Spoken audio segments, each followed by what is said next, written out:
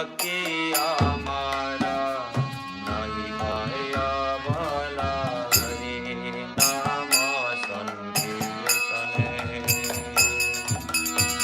एकाकी आमारा नहीं भया भला हरि नाम संकीर्तने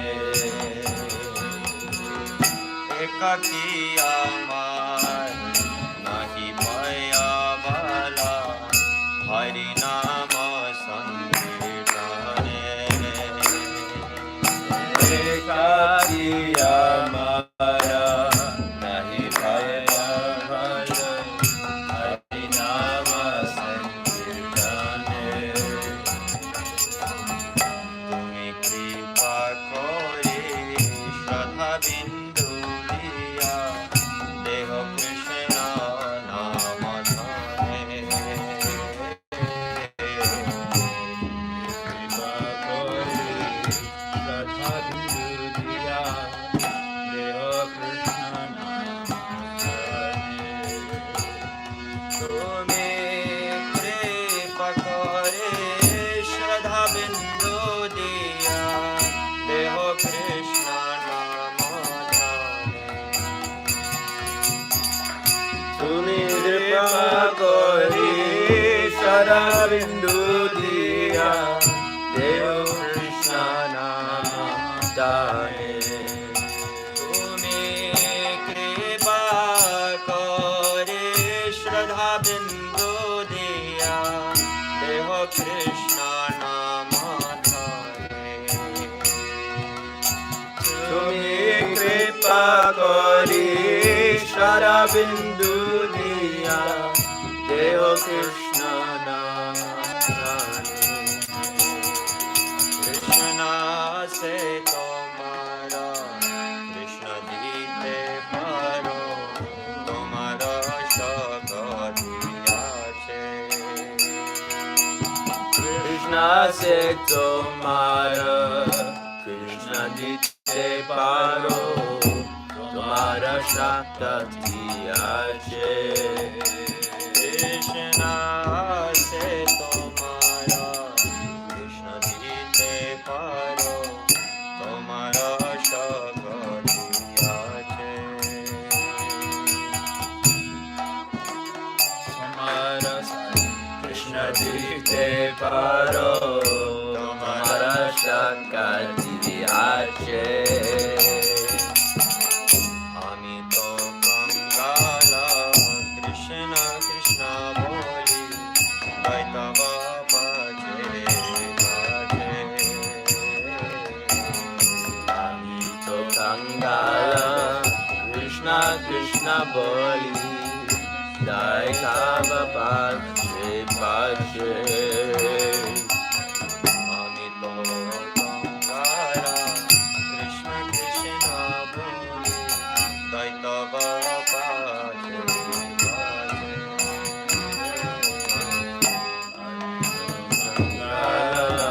কৃষ্ণ কৃষ্ণ বলি দৈতব পাছে পাছে আমি তো কঙ্গাল কৃষ্ণ কৃষ্ণ বলি আমি তো কঙ্গাল কৃষ্ণ বলি আমি তো কঙ্গাল কৃষ্ণ কৃষ্ণ বলি আমি তো কঙ্গাল কৃষ্ণ কৃষ্ণ বলি আমি তো কঙ্গাল কৃষ্ণ কৃষ্ণ বলি আমি তো কঙ্গাল কৃষ্ণ কৃষ্ণ বলি দৈতব পাছে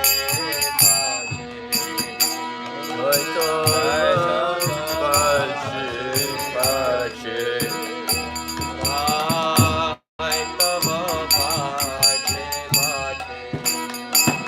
দৈতব পাছে পাছে ও হে বৈষ্ণব ঠাকুরা দয়ার সাগর দাসে তো হে বৈষ্ণব ঠাকুরা দয়ার সাগর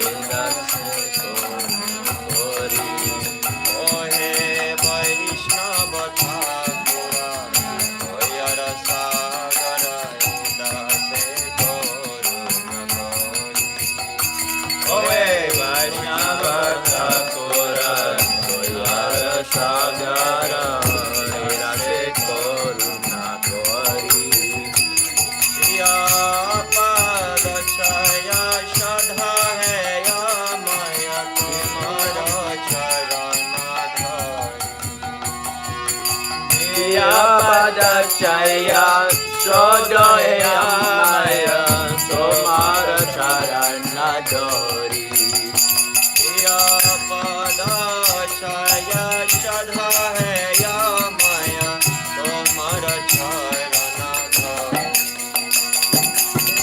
Ya Padachaya Shodaya Maya Tomara Charana Dori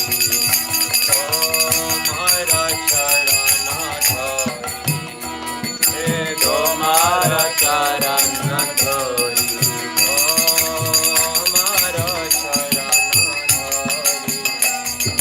tomara charana dhori. Jaya Vaishnava Thakur, Jaya Vaishnava Thakur, Jaya Vaishnava Thakur, Jaya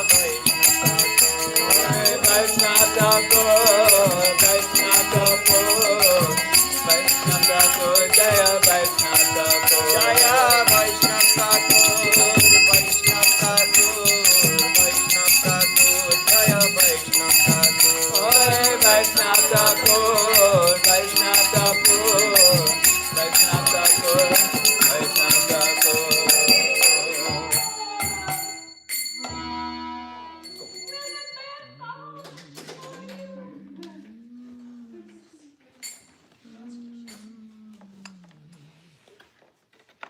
What's the plan? I think we can when's that about? Get them until like 11:30 or something. This is totally on clock. Hare Krishna, Hare Krishna, Krishna Krishna, Hare Hare,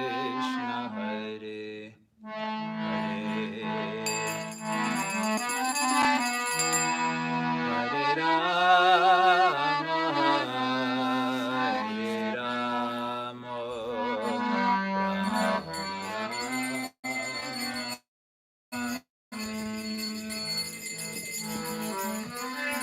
Hare Krishna,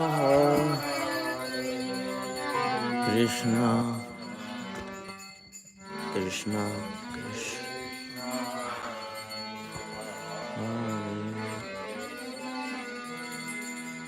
Hare Rama, Hare Rama,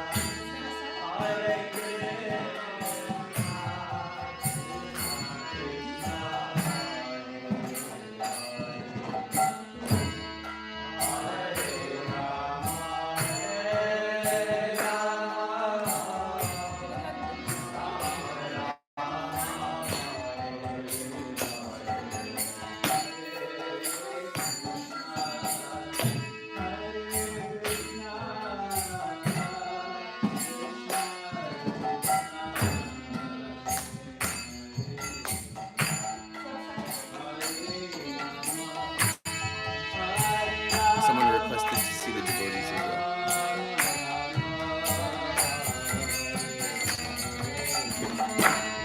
Hare Krishna,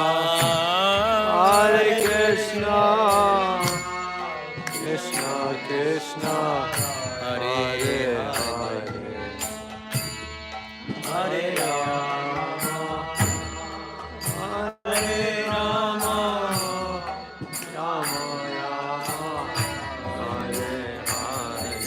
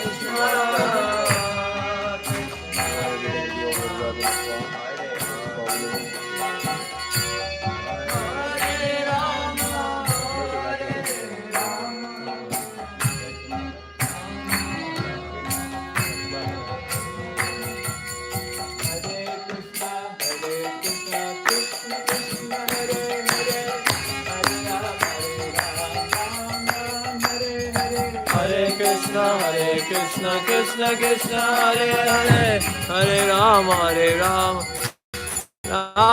Ram, Hare Hare.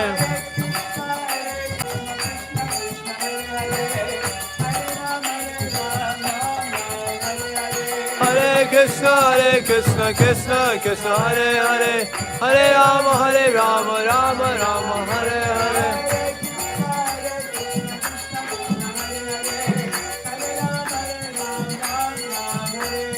Hare Krishna, Krishna Krishna, Hare Hare, Hare Rama, Ram Ram, Hare Hare.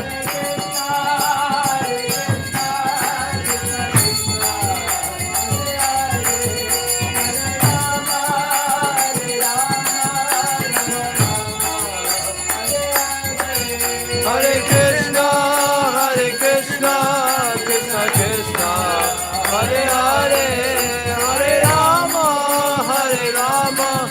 Rama Rama,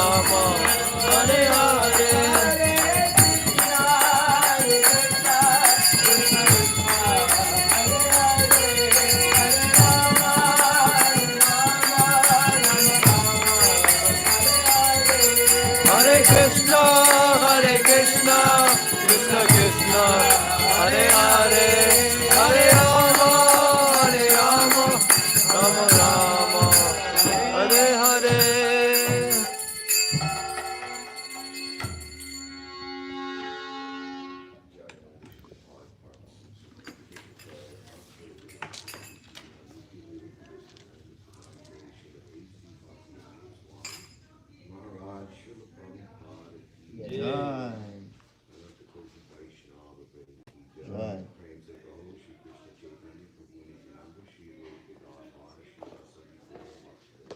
Jai. Shri Shri Radha Krishna Radha Govinda Radha Shama Sundar Gopinana Shama Kunda Radha Kunda Giri Govardhan Ki Jai Raj Bhumi Vrindavan Dham Ki Jai Shri Shri Krishna Balaram Mandir Ki Jai Shri 24-hour Khanda Kirtan Mandali Ki Jai Shri Gaura Mandala Bhumi Navadvip Mayapur Dham Ki Jai Shri Chaitanya Chandradoya Mandir Ki Jai Shri Purushottam Kshetra Jagannatha Puri Dham Ki Jai Ganga Maya Yamuna Maya Ki Jai Bhakti Devi Tulsi Maharani Vrinda Devi Ki Jai Sulaveda Bhakta Vrinda Ki Jai Grantaraj Srimad Bhagavatam Ki Jai Yuga Dharma Shri Chaitanya Mahaprabhu Shuddha Premanam Sankirtan Mahayagna Hare Krishna Movement Ki Jai Priyamadanga Srila Prabhupada's Transcendental Book Distribution Ki Jai Shri Shri Radha Govinda Dev New York Yatra Dham Ki Jai Hari Bol. All glories to the assembled devotees. Hare Krishna. Hare Krishna. Hare Krishna. For Premanandi.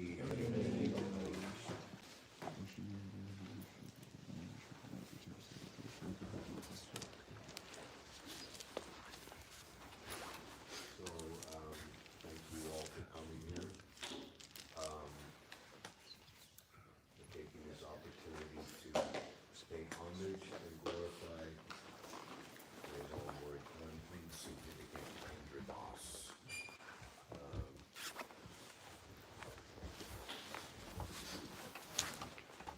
The principle of disciplic succession is absolutely true, and it is Krishna's principle or program of how he distributes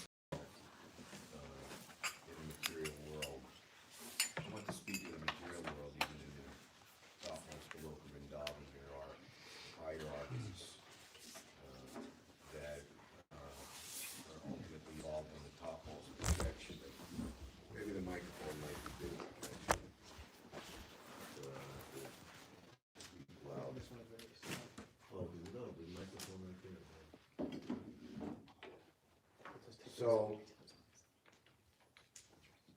on the material level and the spiritual level, there's various manifestations of potency in the Ladini Shakti. In variety, it might seem like some are more or some are not as much. I won't say the word less. But in this material world where there's mixed levels of devotees are on different platforms, mainly due to where they're coming from previously in terms of their proportionate cultivation of devotional service. So, in plain language, some will stand out more than others. And that standing out can be understood in terms of the intensity of sincerity of purpose in applying the very same principles of devotional service that are uniform for all.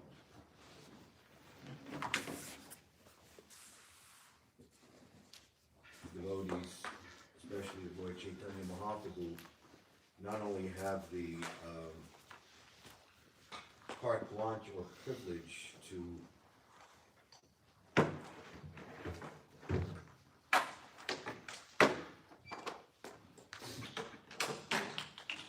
adopt and make accessible devotional service according to time, place, person, candidate, country, but it's also their responsibility. In the 6th chapter of the first canto, this is microphone etiquette, that you never have this, let the speaker have dangling spaghetti in front of him.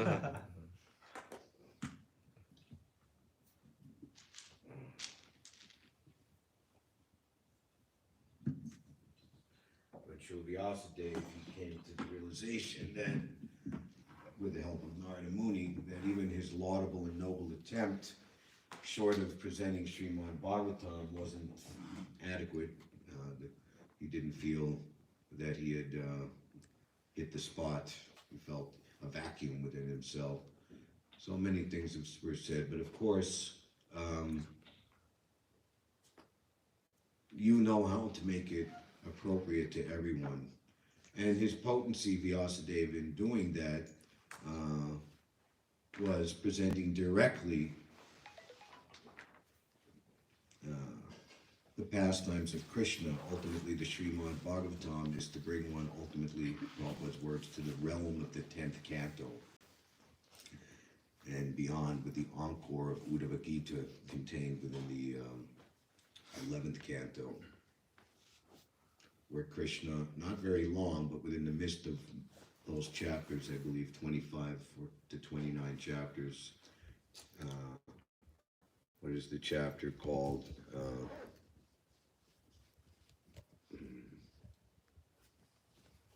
I forget the name of the chapter, but he reveals to Uddhava, which was later made into a very deep and confidential book by Rupa Goswami called Uddhava Sandesh, his personal feelings for the residents in Vrindavan, and particularly his topmost devotees in the conjugal ras. So you know very well the means and present the pastimes of the Lord.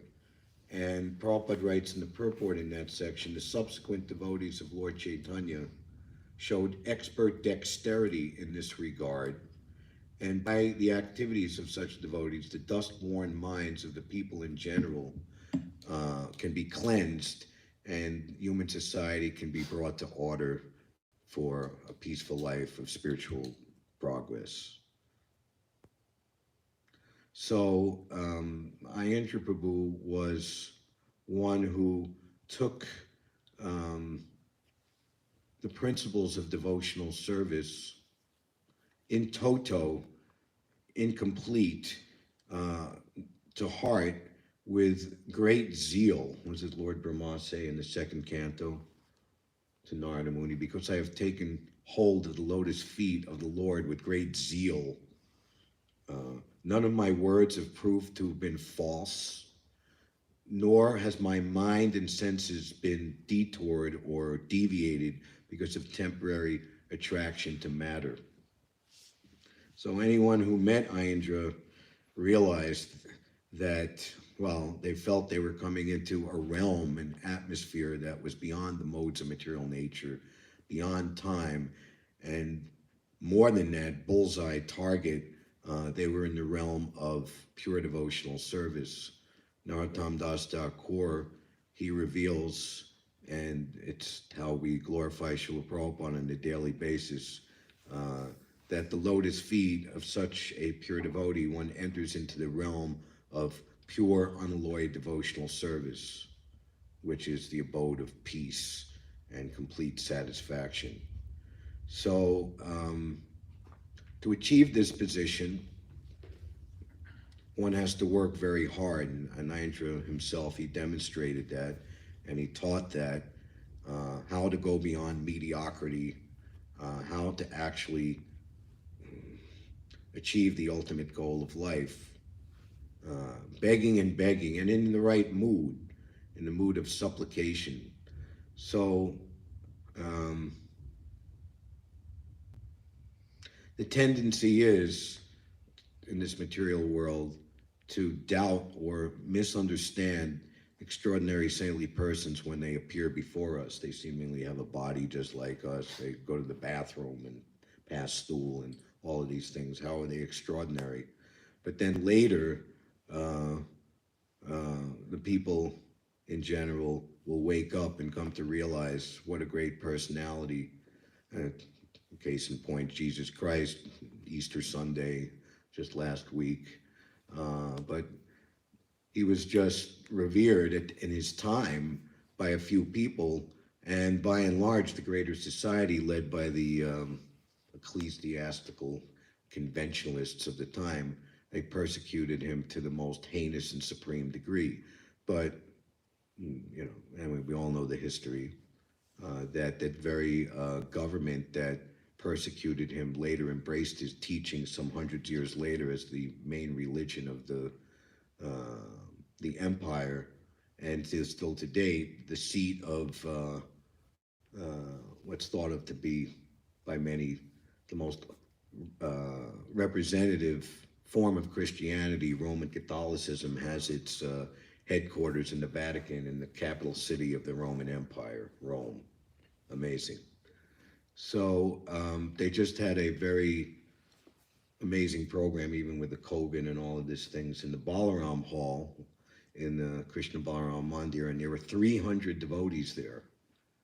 And we've seen over the years, now 11 years, Aindra's appearance day and disappearance day, it's just growing exponentially.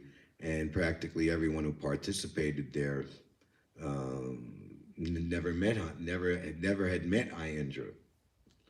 All younger people. And the Kirtan party, Aindra was always struggling to keep the Kirtan party going. Actually, that's a source of parallel inspiration for me, because we are always struggling to keep what we got going here going. When Aindra left his body, there were only 6 people on the Kirtan party. Aindra was discovered at 6:30, 7 o'clock in the morning, and all pandemonium and grief broke out. And the devotees who were supposed to do to the 7 to 10 in the morning shift, they had to, you know, it was just 6 devotees to keep the whole 24 hours going. But now there are 20 people living in the ashram, and there's not enough room. Even they expanded, well, they probably have enough room because they obtained the entire Gurukul building. So the point is that you live and you die for the truth, then you become immortal in human society, and your contribution will simply expand and grow by unlimited multiplications as time and generations go by. And what to speak of living for the truth, the epicenter and focus of all truth in this age of Kali is to sacrifice and give all of one's time and energy and all of one's assets to furthering the Sankirtan movement, which is the movement of the Supreme Personality of Godhead personally. They read in exalted literatures of the Goswamis that there's no more beautiful sight for the eyes to behold than the sight of Lord Govinda, Lord Gopinath, blowing his flute at Bamsi Bhat, attracting all the Gopikas to come to enjoy Rasa Leela in nuptial love. But the beauty of Srimati Radharani is even more beautiful than that sight of Lord Govinda. But there's one thing that's more beautiful than that sight of Srimati Radharani, and that is the sight of Lord Gauranga Mahaprabhu. Sri Krishna Chaitanya, Radha Krishna Nahi Anya. This Radha and Krishna, they are one soul manifested as two. But they have again become one as Sri Chaitanya Mahaprabhu. And that Radha and Krishna, as Sri Chaitanya Mahaprabhu, they are distributing the Dharma for this most fallen age of Kali Yuga in the most confidential facility of intimate, loving service to their divine lordships through the chanting of the Hare Krishna Maha Mantra. So how confidential, how exalted, how complete samyak kirtan, complete engagement, not partial. You know, like religion, these mundane religion, just a little token sprinkling, and we get our dharma, artha, kama, and some vague idea of moksha, liberation to the heavenly planets, whatever. Or even in the Vedic system, Veda Bhadarata, the bewildered followers of the Vedas, attracted to the flowery words for elevation. To higher position, they say there's nothing more than this. We read in the Nectar of Devotion the qualities of devotional service, or the glories of devotional service, and the one is, it is rarely achieved. And the reason is because Krishna, he gives himself to the pure devotee. Do with me as you like. I completely trust myself in your hands, as in the case of Mother Yashoda and her contemporary motherly friends. Krishna, as a child, simply dances for their pleasure like a young child. And in the most confidential pastimes of Radha and Krishna, when Srimati Radharani exhibits her loving anger, Krishna becomes besides himself and is in great anxiety how to appease that man. He takes it very, very seriously. It's the most confidential feature of the Supreme Personality of Godhead. So, we who are attached to all varieties of Maya, we're trying to purify ourselves from so much conditioning. So we'll be tested. Krishna will say, here, take this name, take this fame, take this profit, take adoration, take. Why? Because, what is it? Pareham. It is not within my power to repay you. Your own selfless activities, continue in devotional service. That in itself is the only reward I can give you. Krishna he could not repay his debt to the gopis. He becomes a debtor to them. And that's ultimately one of the confidential reasons why Krishna appeared as Chaitanya Mahaprabhu, to repay his debt to the residents of Vrindavan. So Krishna's not going to be a debtor to those who are not sincere. Srila Bhaktisiddhanta, in his last speech, he was very exasperated with many of his disciples, particularly leading disciples who steered the movement away from the intention that he actually had wanted. And he became so upset.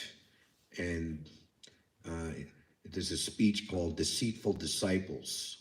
And he said many, many heavy things. One thing he said, they think that they have deceived me, but I have deceived them. They will be repaid in the same coin. So we should be very careful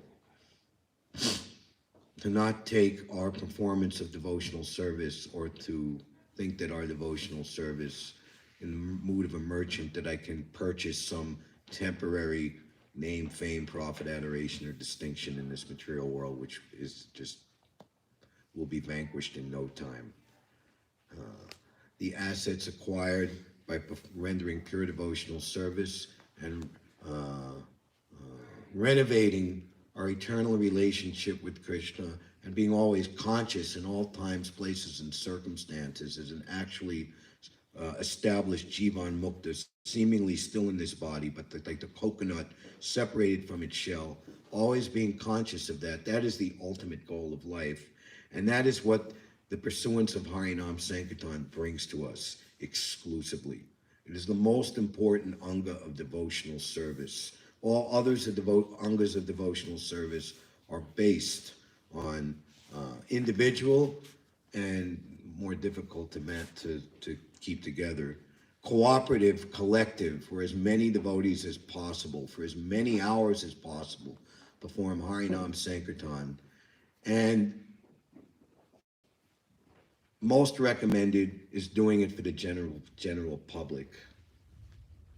We can have our Srivasangam, that's required, where the doors are closed, only the faithful are allowed. There's certainly a difference on one level, but our work as servants of the Lord is to give it to the people who are also the Lord's long-lost devotees.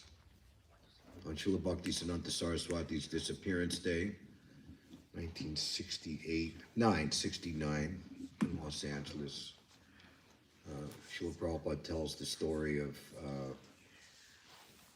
the Good Samaritan who sees the son of the rich man, all niggardly and dirty, loitering in the street. My dear boy, I know you. You're the son of such and such father. Let me take you back to him. So the Good Samaritan takes the boy back.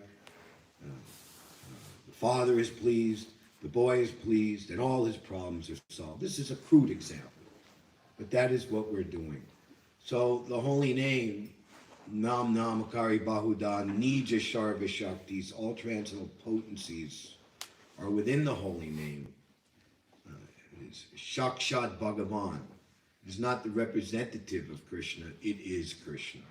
The holy name is the Supreme Lord manifest. So on the conditioned level, we don't understand the potency. We think, oh, that's just chanting Hare Krishna. Like our movement deviated to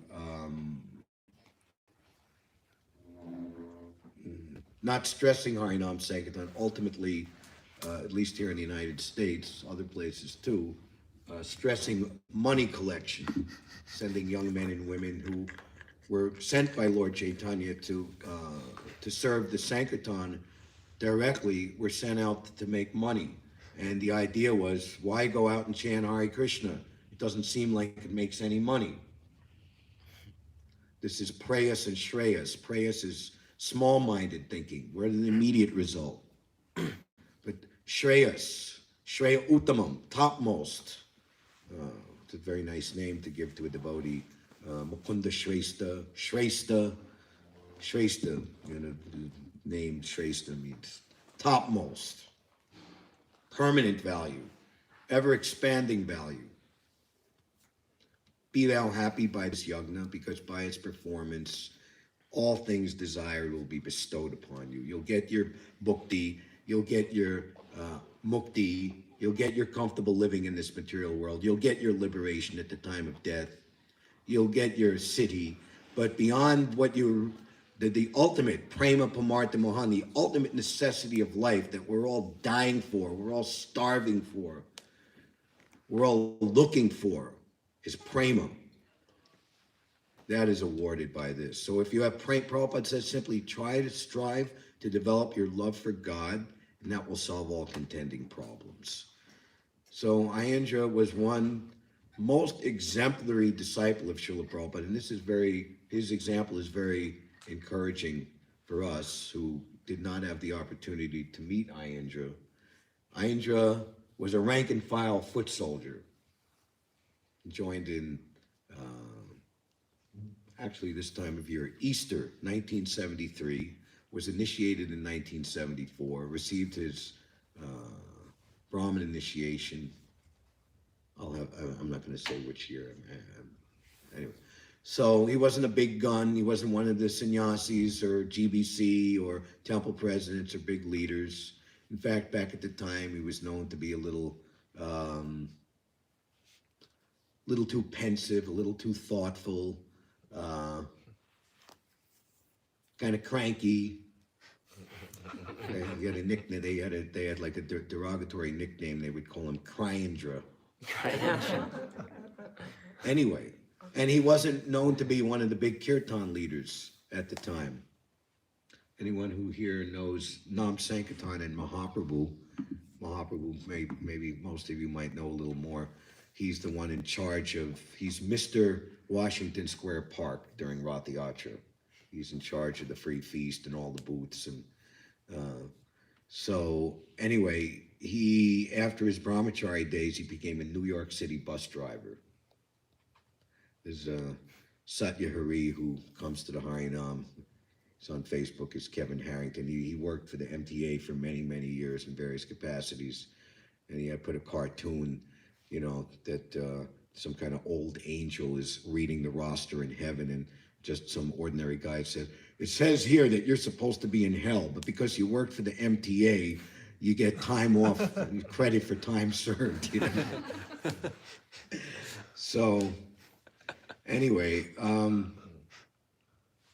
they came to Vrindavan because he was a bus's service, whereas the subway is on, which is, We got it. arguably a more hellish situation. Actually, we do the Harinam in the subway for almost half the year. In a lot of ways, I like it equal, if not more, because the false ego in the subway is...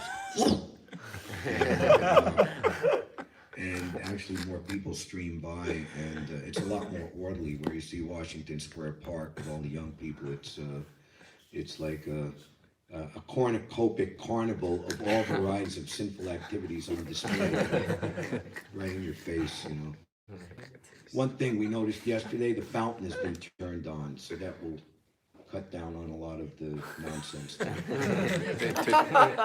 have to do it somewhere else.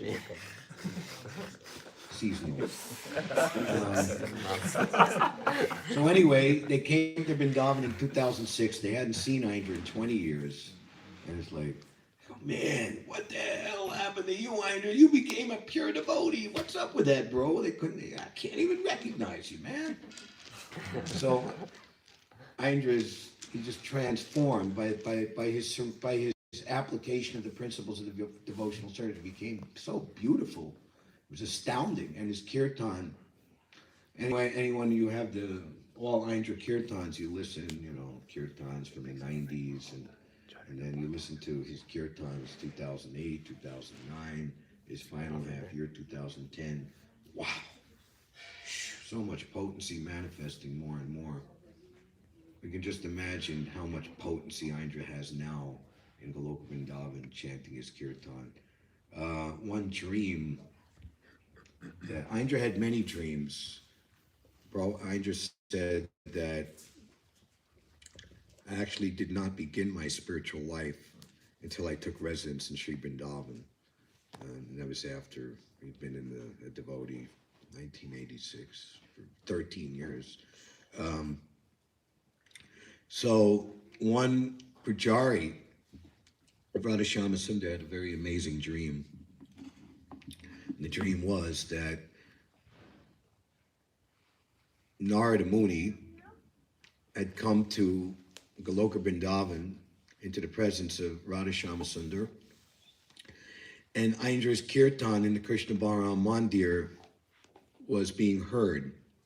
And Srimati Radharani asked, no, Radha Shyama they both asked Narada Muni, who is that chanting so sincerely in Martya Loka, in the worlds of repeated birth and death, so sincerely from the heart? One who becomes the servant of the servant, it is even more sweeter and is actually taken as more advanced. So what did Narada Muni say? He's the third spirit, Krishna, Brahma, Narada Muni's, he's disciplic succession.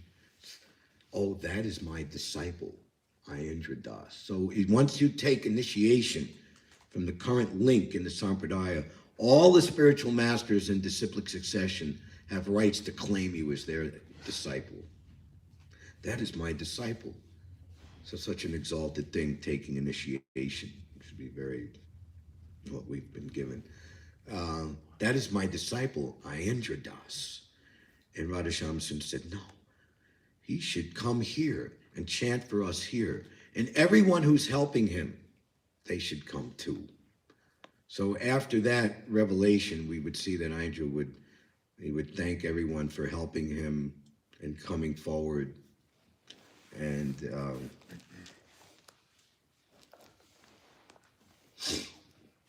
so that is, so there was a little kirtan that was to be chanted in the Potomac Temple in Prabhupada's visit in July 1976. Anyone who's been to Potomac knows it's a very short distance up that little hill from the temple room to Prabhupada's quarters.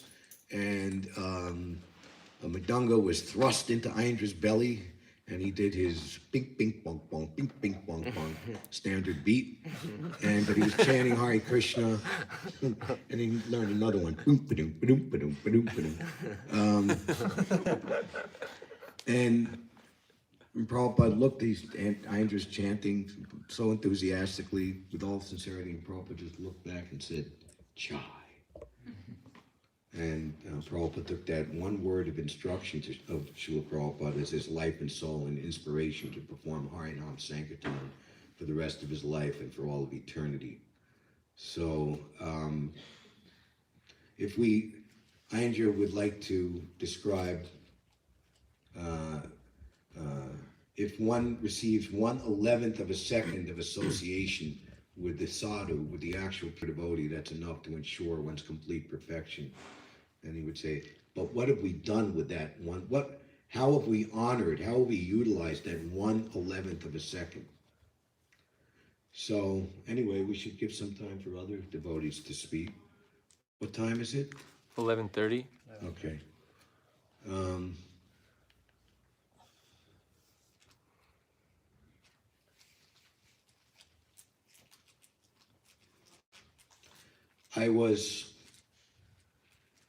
So we met Aindra here in New York. He came to New York after the Radha Damodar traveling Sankirtan party kind of went kaput after Prabhupada's departure.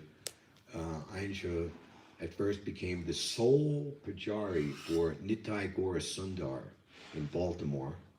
We now have a big, beautiful temple. Anyone who's ever been to the old temple, it's just a small room. And that's where Aindra was a stringed instrument player. He played guitar, banjo, like that. He also could play violin, things like that. But he never really, in his pre-devotee days, played keyboard. So he just took the old rickety ISKCON temple room harmonium like we have. And you ever try to play the harmonium in the temple room up here, and the bellows is like non-existent, and the keys are added to him. So he took Tamal Krishna Maharaj. He gave class actually here. I remember this class in 1986, and he was showing the difference between Krishna's property and my property, to exhibit. So he said, this is my Bhagavad Gita, and he took out a beautiful Bhagavad Gita with gold emboss. It was in a velvet case, very shiny and clean. And then he opened up the lectern, the very same one that's in the temple room now, opened it up and says, "This is Krishna's Bhagavad Gita," and the pages fell out. And it was all yellow, and some kids had scribbled crayons on it, you know. So anyway, so he learned himself to play the harmonium, you know, Jaya Ra, one finger at a time, and then to the point. I remember I asked Aindra to teach me or show me how to play the harmonium sometime, maybe 2001 or 2, and he looked at me, "I'm not going to teach you how to play harmonium. Any man who's worth a man will get his own harmonium and practice and figure it out for himself." Aindra Prabhu, in his memoirs, he had a similar experience. You know, "Prabhupada, you play the harmonium so beautifully. I want to get a harmonium. Could you show me how to play?" I said, "Oh, play the harmonium, that's very wonderful. It's very easy." This is what Prabhupada said. "All you do is push the button and the sound comes out."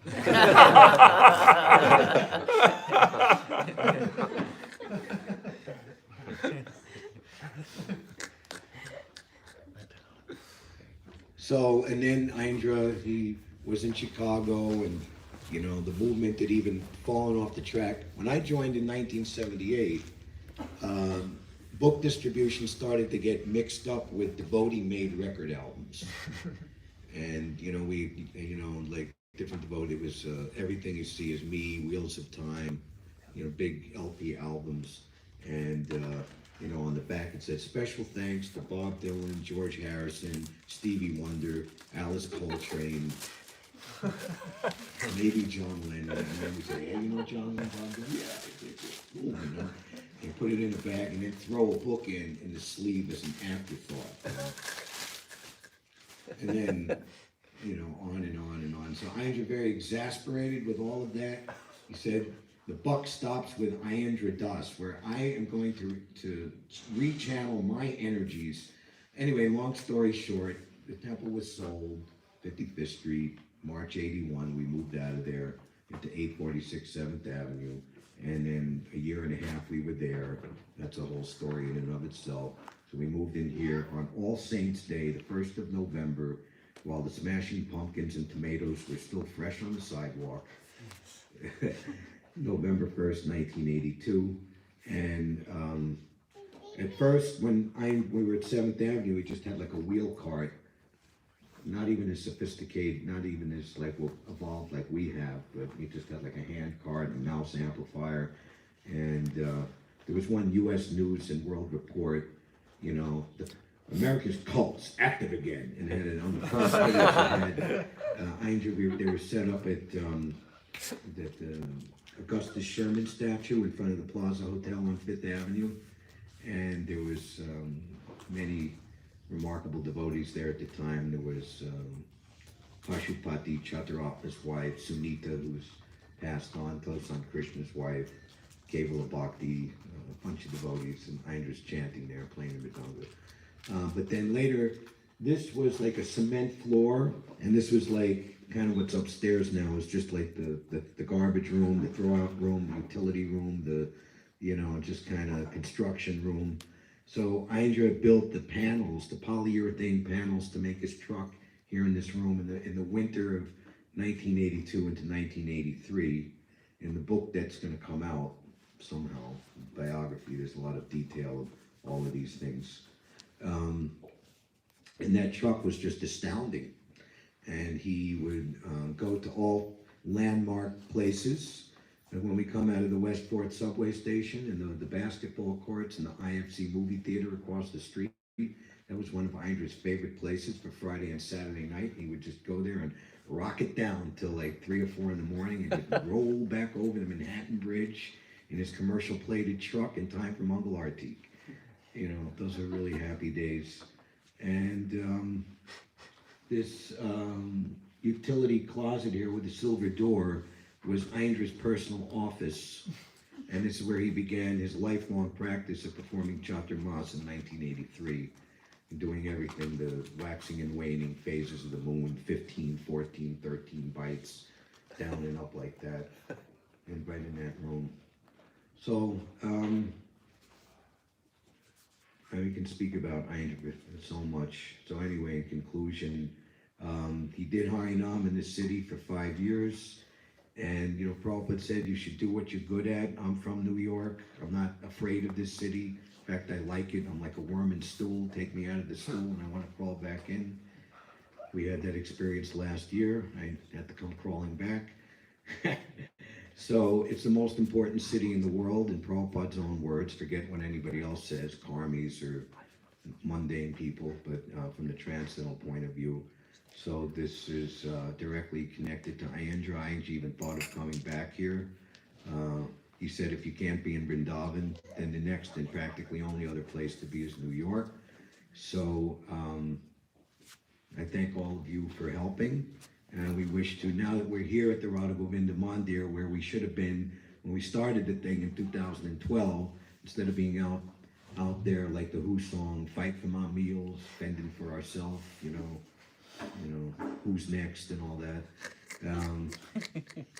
So 30 years of,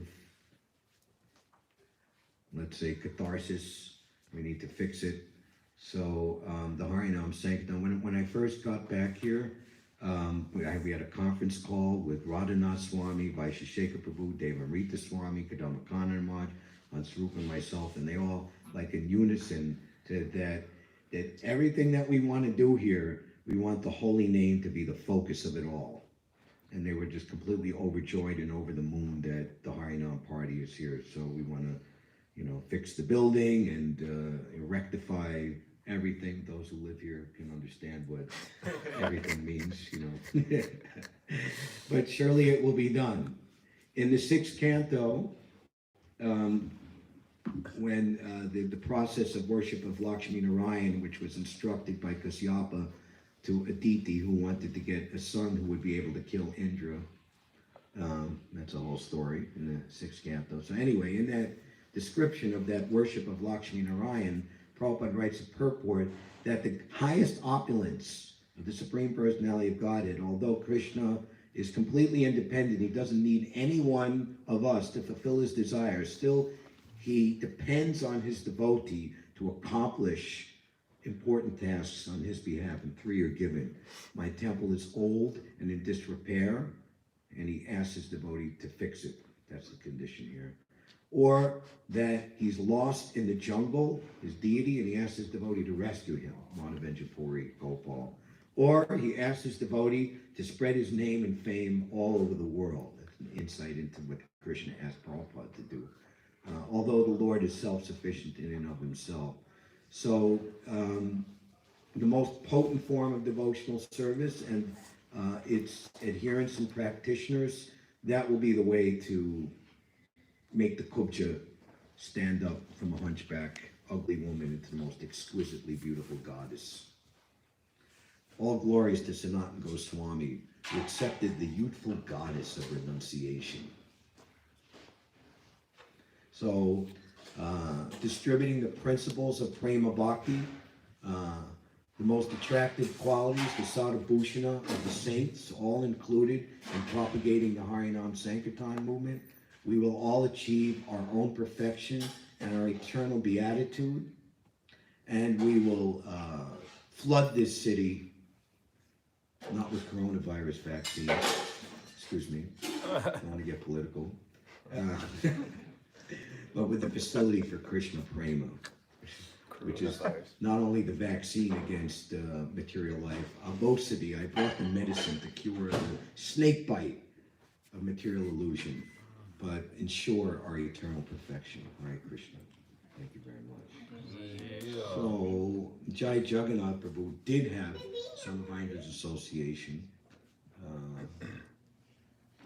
Radha Krishna. Radha Krishna. There he is. He had a lot of Aindra Prabhu's He did. association. Radha Krishna is Aindra's son. No, well, please. So, After. why don't you get another chair? You guys both sit there. Speak here. Can you speak here then nobody can see you?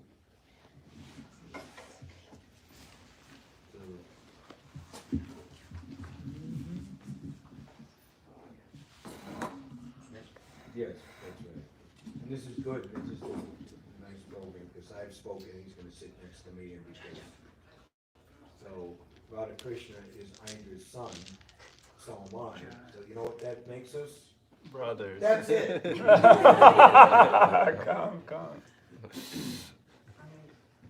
What can I say after that? Speak. You might have noticed that we're different. We even look different. Right? So you might have something different to say. Well, thank you everyone for coming. I don't really have much to say, but at the same time I have so much to say. I'll make it short. We all know Aindra Prabhu, what he really fought for us to really become serious about our spiritual practice in the footsteps of Sripad Prabhupada. And I mean, we're all here as a community, as a family, you know, trying to help each other to fulfill that desire. Luckily, we have Aindra Prabhu here in New York, commanding and serving the Harinam.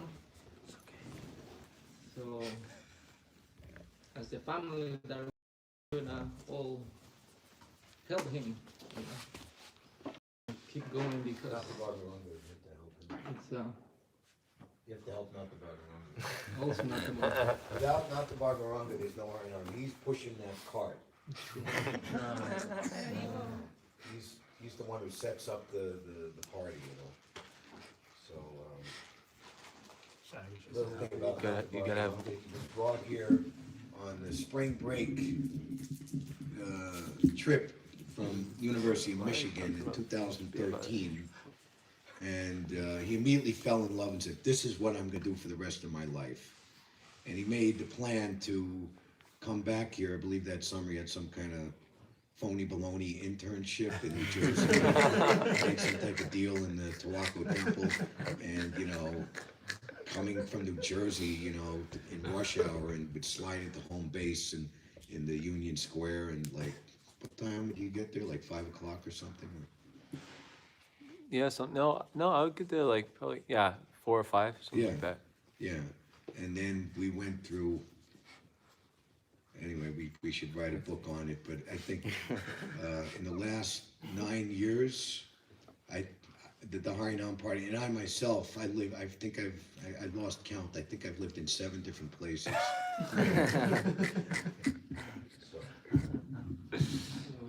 So this is the permanent address, full circle, you know, initiated from the Radha Govinda. So Aindra Prabhu was really important for me.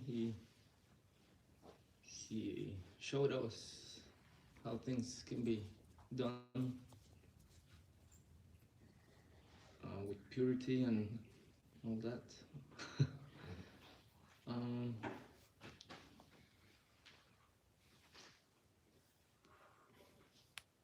I think that I don't know what to say. So much to say. But we should understand that our life really doesn't belong to us, you know. We're here to offer our lives to Prabhupada, you know, to continue what he came for, what he sacrificed. So we should all help each other. Like Aindra Prabhu used to say, if you cannot cry for Krishna, cry because you can't cry. So we should help each other cry for Krishna, and everything will manifest. So thank you for coming, and thank you for helping Aindra Prabhu. Thank you for helping Radha Govinda Mandir. And then, yes, all glories to Aindra Prabhu, all glories to Prabhupada. Prabhupada envisioned the temple to have all the multi-departments and manifestations, devotional service, cooperatively working together. And because the Yuga Dharma is the threadbare common blood running through everyone's veins, so it should be situated in the temple. In 1967, the deities, the devotees on a whim took Lord Jagannath to Golden Gate Park. You see that photograph in volume 3 of the Prabhupada Leelamrita. And Prabhupada was very tolerant, but then when they got back to the temple, actually the deity doesn't come out of the temple. But in the case of Lord Jagannath, once a year. So Jai Jagannath, why don't you situate yourself here? Yeah, that was the way I'm going to Jagannath. I'm just getting a little accent, which is going to be over in a few seconds. So what to speak of Radha Krishna, the deity does not come out, but the deity of the holy name is coming.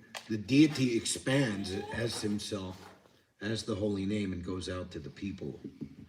So, and just like we were saying, the Lord says, my deity has been lost and buried in the jungle, come rescue me. So the deity of the holy name, if it's neglected and not served, just like Radha Govinda, we're always in anxiety. Is the offering going to be on time? Who's going to cook? And it's always, it's a constant, like Mother Yashoda, anxiety for Krishna.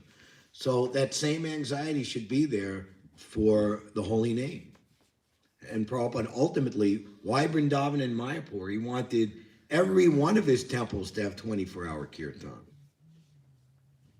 So at least we can start with New York after Vrindavan. Mayapur, even Mayapur, they still don't have, well, they do in Prabhupada's Bhajan Kutir, and there wasn't, anyway, so. Hare Krishna. I'm reminded of this verse from Chaitanya Charitamrita. Krishna Bhakti Janma Mula Hai Sadhu Sangha, Krishna Prema Janme, Prema Tenamukha Anga. So the root cause of devotion entering into the life of a conditioned soul is Sadhu Sangha. Krishna Bhakti Janma Mula, the root cause of devotion entering into the life of a conditioned soul is Sadhu Sangha. Krishna Prema Janme Tenamukha Anga. And even if you get the goal of life, which is Krishna Prema, then it is that Sadhu Sangha which is the chief Anga by which Krishna consciousness is relished. As Krishna says in Bhagavad Gita, Machita Makata Prana Bodhayanta Parasparam, Katayanta Shanam Nityam Tushanti Charamanti Cha. So the beginning of devotion is Sadhu Sangha, and you need Sadhu Sangha to cultivate devotion. And then if you achieve the goal of life, then you need Sadhu Sangha to relish devotion. So Sadhu Sangha is beginning, middle, and end in the devotional life.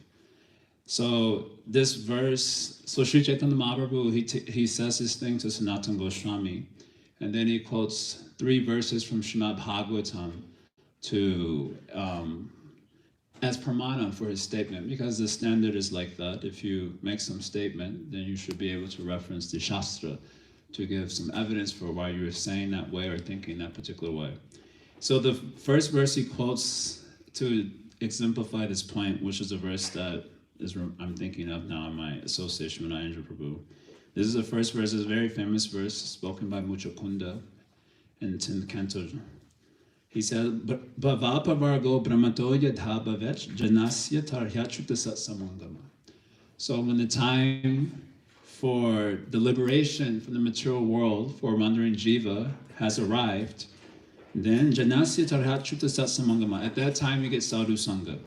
So this is a little bit strange because the verse is saying when you're qualified for liberation, then you get Sadhu Sangha. Now we know I was just going to say damn well, but it's probably inappropriate. We know very well that it's the other way around. That if you get Sadhu Sangha, then you can get opportunity for liberation. Now, if we have to wait to be qualified for liberation in order to get sadhu sangha, none of us would be here. So the acharyas explain this is a poetic ornament called atishayokti, which means to say that in order to express the potency of a cause and the efficiency in which the cause acts on the consciousness of a person, then the cause is expressed as an effect for a poetic license. So the effect, the true effect is liberation from material existence because of sadhu sangha, but to show how fast the sadhu sangha acts on a person, then the cause is expressed as the effect. So when you get qualified for liberation, you get sadhu sangha. Then what happens if you get that sadhu sangha, and this is the line that reminds me of Aindra Prabhu's personal impact in my life. Sat sangamo yari tadaiva sat gato. When you get that sadhu sangha, tada eva, precisely at that time when you get sadhu sangha, sat gato, you will become aware of Krishna, who is the goal of the devotees. So that means previously you were unaware, then you get that sadhu sangha, and suddenly you become aware precisely at the time when you get that sadhu sangha. So in my own lived experience of this, I was a devotee. I joined the movement in 2003, April. I was around for about 4 years, and then I went to India for the first time in 2006, December. And I went to my Guru Maharaj's ashram in Mumbai. I was there for 2 months. And I thought that was the pinnacle of Krishna conscious experience. I was like, there is nothing that's going to be beyond Chaupati experience as a brahmachari. It was very blissful. And then I went to Vrindavan for only 6 days. I didn't want to go to Vrindavan, honestly, because, I mean, and at least at that time even, and probably the 90s, the preaching was like, go to Vrindavan for 3 days, you know, because it's like a dangerous place. You might get deviated. A lot of that preaching was going on. So I had actually no personal desire to go to Vrindavan, but the temple president wanted me to bring back some gifts for the gift shop. So I was forced to go to Vrindavan to pick up this huge, gigantic bag for the gift shop in Chicago. So I went for 6 days in Vrindavan only, and this was in February 2007. I had been listening to Aindra Prabhu's CD because by this time, 2007, Aindra was becoming very popular in the West through his CDs. But I was listening to him because I was a culture, but not because I had any deep engagement with that. So when I got to Vrindavan in 2007, most of the devotees who were a part of the party, they had already gone off to Mayapur because the Mayapur festival was going to begin very shortly. So it was very few devotees on the team. We went in the evening time for kirtan. We heard Aindra was doing kirtan from 6 to 6:30. And when we got, when I got there, I was like, okay, yeah, let's go check out Aindra kirtan. It was like a very casual thing. Whoever was singing before, you know how, for those of you who've been in Vrindavan, you know how the mood can be real casual during kirtan. Everyone's not always very focused. But then when Aindra came down, all of a sudden everyone got real serious. They all started to scoot in. And I remember saying, it looks like somebody about to get shot. It was so intense, just a sudden shift in seriousness. And the kirtan that he sang, I remember the very kirtan that he sang. Hare Krishna, Hare Krishna, Krishna Krishna, Hare Hare. So I remember when I heard that tune, I kid you not, I was like, just hearing that first Hare Krishna part, I was like, this is the pinnacle of Krishna conscious experience. And it kind of completely blew me away. And it's winter, so it's a little cold. I had a lot of gear on. The kirtan got so intense, I was taking off my hat, taking off my sweater, taking off my chador, because it was very intense chanting. And Aindra kind of started laughing during the kirtan. And after the kirtan, I went up to him and I said, thank you, Prabhuji, for your kirtan. And I was being very formal. You're really inspiring. I remember I said this to him. You're really inspiring a lot of the devotees in the West, especially the younger devotees, younger generation. He said, that's okay, but they shouldn't smoke dope. That was the first thing he said to me. And because a lot of the young devotees at that time, they were all into Aindra Prabhu, but a lot of them they were doing intoxication sometimes. So Aindra Prabhu was aware of that. He said, it's okay, but they shouldn't smoke dope. So that actually really touched me. I was like, wow, you're not just a good musician. You're like a devotee, like really, because I had met other very famous devotee kirtaniyas in our movement. I was a little bit underwhelmed by their behavior or character. It could be my own defect, but that was the experience. So that really touched me. So after that kirtan, I was scared to leave the temple room because I was like, I don't want to miss Aindra Prabhu's kirtan. Now I wasn't aware that he generally only sings from 6 to 6:30 in the night. I didn't know that. So I was literally spending the whole day in the temple room, only going out to take a liquor sadam or take, go to the bathroom. And then there was a devotee who came with me from Chalpati.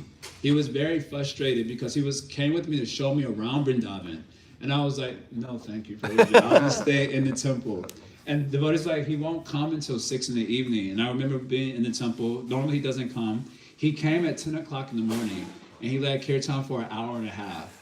And it was just like, literally like 3 or 4 of us because a lot of devotees had gone out to Mayapur Festival. And the tune that he sang, I remember that tune also that he sang. It's one that I sing all the time because of this. Hare Krishna, Krishna Krishna, Hare Hare. He sang that tune, so I was like, that's why that tune is always in my head going, because it was like an hour and a half in Aindra Prabhu. And I was singing loudly, and it was just beautiful. So finally, after, I'm there only for 6 days, remember, so this is like the first 2 days. I'm in the kirtan. Finally, on the 5th day, the devotees convinced me to take me to some of the Vrindavan temples because it was close by Krishna Balaram Mandir. And I was like, no, I want to go. And they was like, come on, it's just going to be an hour. They're very close. And we'll just take you around just so you can see. It's very, you don't have to worry. It was like 3 o'clock or 3:30. And so they said, we'll be back well in time for the kirtan. And I was like, all right, they convinced me. So then I went, we got back at 6:15. I was furious. I was like, oh, I want to curse you out like Chicago style. That's where I'm from. But, Vrindavan, I want to commit offenses. So I just got out and ran into the kirtan. By 6:15, the kirtan's like already going. You're not going to get a seat. And so I was frustrated, and I was getting ready to run to the side, and Radha Krishna remembers this. And at that time, Andrew was like, Haribo! He like called me over that time. And he had like one asana, he pulled it out and said, sit right here. And I was like, finally ran and did like a 4-flip. And I remember the tune he was singing there too. And it was just very intense. After that night, he invited me to come up to his room so I can get a recording of his CD. One of his last kirtans in that time, his room was like the happening spot, probably more than the temple room. And I walked there, and Roy Prabhu was there, Govinda Prabhu was there, a lot of devotees were there. He was doing katha, and they left about 11 o'clock. And then from like 11 to 1 o'clock, I got a chance to like ask him questions. And I didn't know what to ask him at that time because no depth. But one thing the reason I'm bringing this story up in the context of this verse, it says, Sat Sangama Yari Tadhaiva Sagato. When you get that sadhu sangha, precisely at that moment, you become aware of Krishna. So what was interesting for me about my association with Aindra Prabhu is that I actually had no awareness of the goal of our life in terms of Vrindavan Bhakti. Because that's not really forcefully preached in the West, at least at that time. It was more like a blurred understanding. And so I had no active awareness. I had no active awareness of Vrindavan Bhakti as a goal of our Krishna consciousness movement. But suddenly, while I was in Vrindavan, and just hearing Aindra Kirtan, I started asking questions about Vrindavan Bhakti, what is Rag Bhakti? I don't even think I ever heard that word before. I must have read it somewhere, but suddenly it was just coming in my psyche, all these questions about Vrindavan. And I became very kind of stunned, like where are all these questions coming from? Because they weren't questions that I intellectually reasoned myself to, but they were just questions that kind of appeared in my psyche because of the association of an Aindra Prabhu. It became like, and this verse stands out for me for this experience, that precisely at that moment you become aware of Krishna. In this case, Brajendra Nandan Krishna as the goal of our Krishna consciousness movement. So I leave Vrindavan on the 6th day. I have his live kirtan. I'm like crying on the plane, the whole plane right back. I'm listening to like this one kirtan, I'm crying. I get back to Chicago, which is a hellish place, in a blizzard the day I got back. So I walk into a blizzard and I was like, what have I done? And the next morning, I remember hearing a lecture from Aindra Prabhu. This is the first lecture that I heard from him. It's a famous one. Are you serious or what? And that lecture blew my. I don't even know what I thought Krishna consciousness was before that lecture. But after that lecture, my whole psychology around what, not psychology, my whole conception of Krishna consciousness got completely transformed right at that moment. And I started to study Shastra more seriously to actually understand all the things that I wasn't accustomed to hearing from our devotees in the West. And so, having said this, one devotee, also an intimate associate of Aindra Prabhu, Kinshana Krishna Prabhu, he said, your life has two phases, before Aindra and after Aindra. And yeah, so there's just a story of my association. I got, again, a chance to see him in 2009. I had a lot of sweet experiences with him, including talking about his book. He made a tune for, I mean, there's so many stories that I can't share all of them, but there was just like a very cute story. He made a tune as an offering to Kartik. And you know the tune for 2009 that he was singing all the time. Hare Krishna, Hare Krishna. So he made that tune as an offering to Kartik. And he came out of his room one day. I was waiting by his room one day because he was doing an interview with the trumpet player. Help me out. Ekalavya. So Ekalavya was doing an interview with him. And I didn't know, and I was like knocking on his door. And he opened the door. He looked like a lion. I was so afraid. He's like, I'm doing an interview, you know? Oh, that's what he said on that tape. Yeah. And then I come back later after the interview, and he was very affectionate. After the interview, I said, well, I'm sorry, Prabhu, I didn't know. He said, it's okay. I would have rather spent time with you than do that interview, actually. I wasn't very happy with the interview. He told that to me. And then we were walking down to he told that to me. And then we were walking down to do kirtan, and it was like the most adorable thing I ever experienced. He was like, do you like my offering the Kartik about his tune? He said, I made this tune. Do you like my offering to? And I was like, Prabhu, of course, his most beautiful tune. He said, I get a little bit shy, I get a little bit embarrassed. I don't know how devotees are receiving my offerings. And I was just like, for those who knew Aindra Prabhu, he was like extremely sweet. If you didn't know him, he had this sort of shell. I mean, there's a nice story Srila Bhaktisiddhanta tells about trying to see the sun at night. You know the story from Upakanya Upadesh. So some ignorant king wants to see the sun at night. He has some sycophant followers, and they try to, yes, Maharaj. And one person puts up the candle to the air. Like the other scientists are like, you're nonsense. Actually, we'll make the whole city with lights. And in all these methods, you cannot see the sun at night. Only when the sun rises, by the power of the sunshine, can you actually see the sun, right? Because the sunshine illuminates the eye and then allows you to see the sun. So in the same way, Srila Bhaktisiddhanta gives commentary, you cannot see Krishna or Guru or Sadhu except for by their mercy. And their mercy is what illumines the spiritual eye of the soul and allow them darshan of these personalities in their true nature. So for those who didn't get that mercy from Aindra Prabhu, then it was very hard to access him and maybe even appreciate him. But for those who did get a chance to have that association through his mercy, he was like soft as a baby sometimes, right? So I remember just one last thing. I remember one time he was very upset about something, which I'll not say here, but he was very upset about something. And he was like screaming and yelling. He was like so passionate about it, as he would get when he was, and I just started laughing because it was just so intense and over the top that I maybe it was just like a coping mechanism. I just started laughing. And then he started laughing. And then he was like, why are you laughing? And I was like, because you're just so intense. It's like, I don't even know what to do or how to process this. And he was like, yeah. Very gentle. I like, at least in my personal experience of him, which is very limited, I experienced a side that is like, is it like a rose? What is that analogy? like a rose. Oh, it's like a thunder, The but boat? soft like a rose. Rose. So I got that rosy experience largely. There was one thunderbolt experience during Kartik Kirtan where, when he would have a lot of us surrounding him to help him out with the higher notes, and especially those of us who were loud and could sing high. So I was always usually situated nearby when I got a chance to participate in his kirtans. And sometimes he would do things that you couldn't anticipate. So he was going one direction, I went the other direction, thinking that's the direction he was gonna go. And he turned around and said, "No!" and when he turned around, like he didn't know exactly who threw him off. And all the devotees threw me under the bus. They all were like,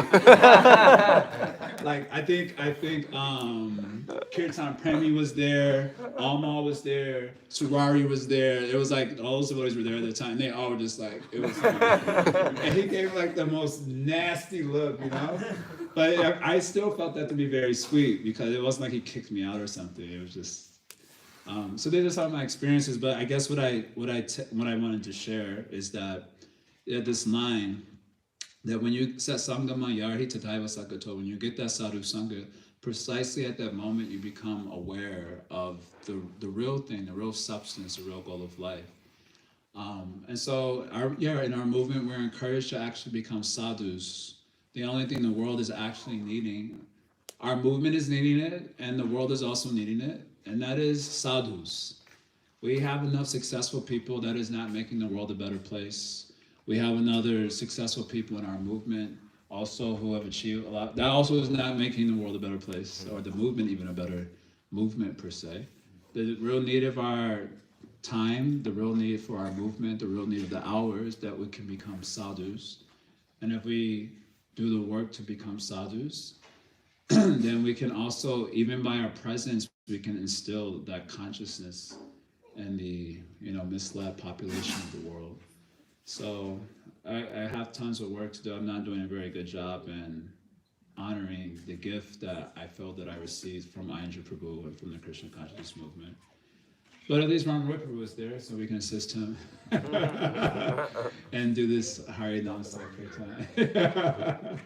Since you're taking it seriously and you're making sure that all of us who had Aindra Prabhu's association don't get too estranged from the real substance of our life and of material life in general, to do Harinam Sankirtan in order to capture the heart of Brajinjanandan Krishna.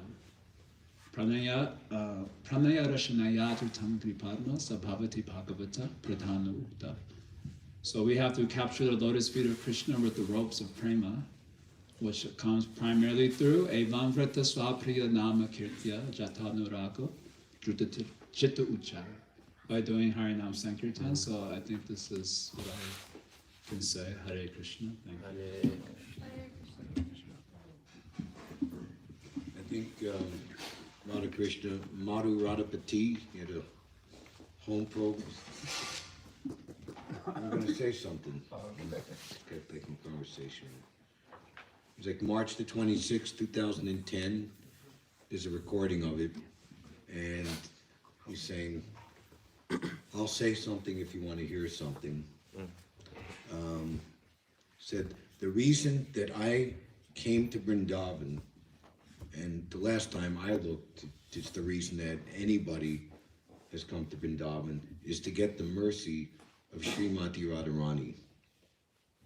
So my humble attempt all these years to perform years and years and years, so many hours of Harinam Sankirtan, my study of all the scripture, everything I've done in this movement, the conclusion and fruit of all of that, the realization that I have gotten from all of that is that if you want to please Krishna, you must get the mercy of Srimati Radharani. And the easiest and best way to do that is to chant Hare Krishna. You remember that? Were you there? It's, in Aindra's, by that time he was seriously desiring to go back home, back to Godhead. He would say Premadwani, back home, back to Godhead, key. The sooner the better, key. As soon as possible, key.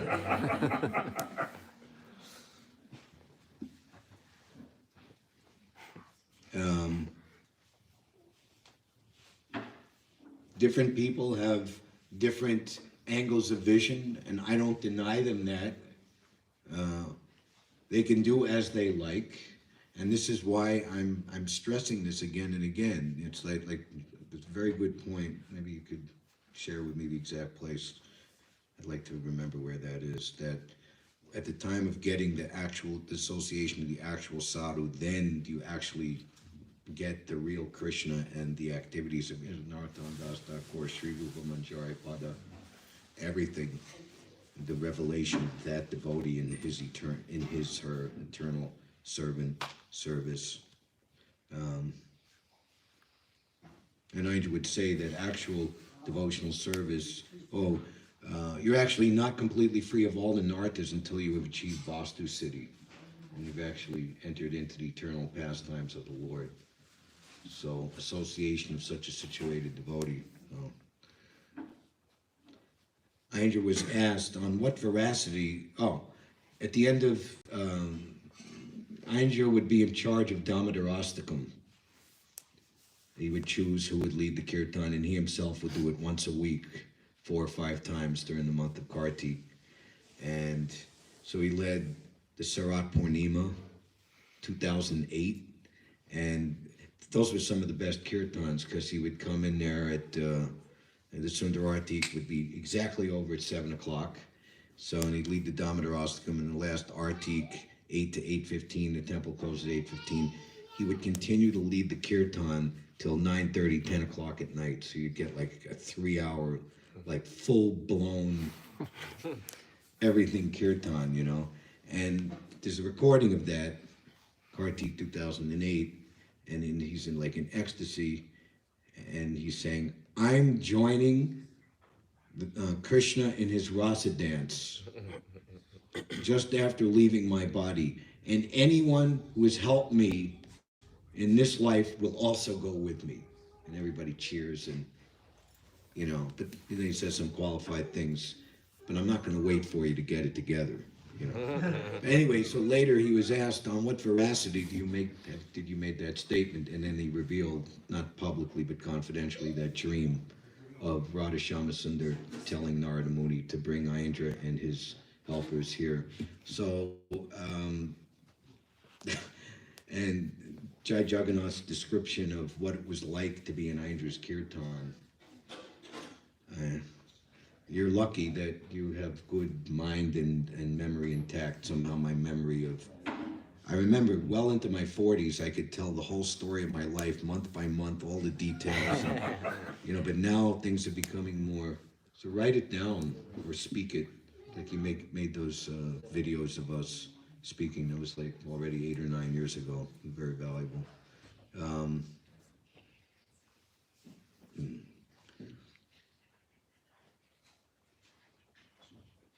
I just lost my train of thought. What was I saying just before that? Aindra's dream. Oh, yeah, right. So, getting the association of the actual sadhu, that association is based on serving him by rendering a service to the pure devotee. Great service is done in one gaze and affinity for hearing the message of Godhead, and that 1/11 of a second, that Vapu association, whatever we've gotten, it's meant to sustain us. And of course, why is Krishna appearing as Lord Chaitanya? What is the inner mood?